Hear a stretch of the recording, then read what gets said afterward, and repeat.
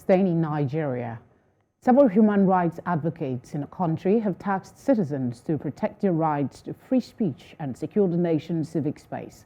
This was during a session at the Pan-African New Media Citizens and Governance Conference, which was held in the nation's capital, Abuja.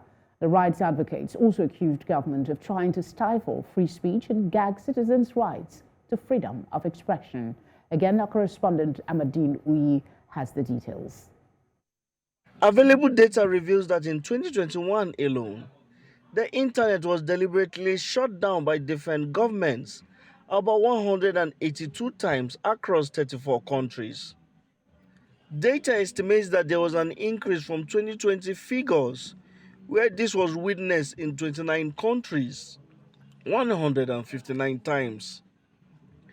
Figures available further reveals that Africa has not been immune to this, as internet shutdown was witnessed 19 times across 12 countries on the continent, also in 2021.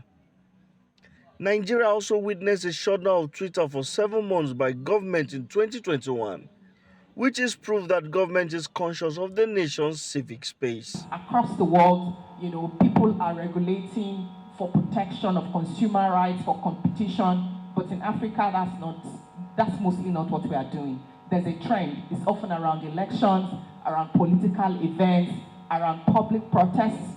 We invoke the clause of national security. Meanwhile, it's mostly to shield government or government actors from accountability. At this conference in Abuja with the team Pan-African New Media, Citizens and Governance, holding in Nigeria's capital Abuja, human rights advocates say there is an increasing attempt to use legislation to guard the nation's civic space. How do you have police determine or decide what is harmful, when to take it down, have powers to instruct for network to be disrupted or completely shut down?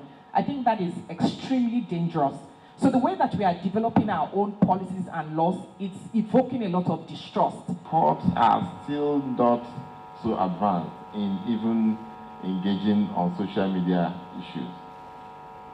And the process most times is quite long and also expensive.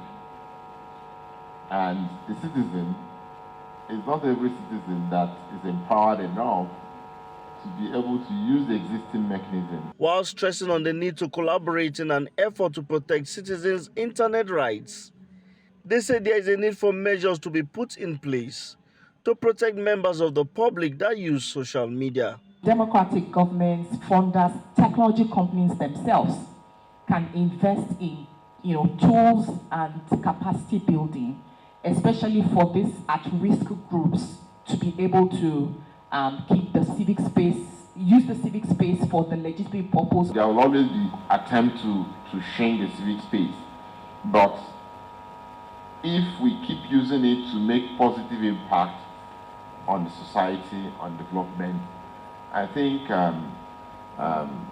we will survive better. We have to continue to educate ourselves.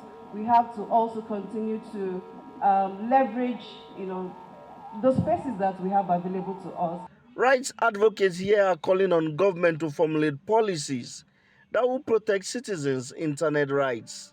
They say this promotes free speech, which in turn builds a stronger democracy.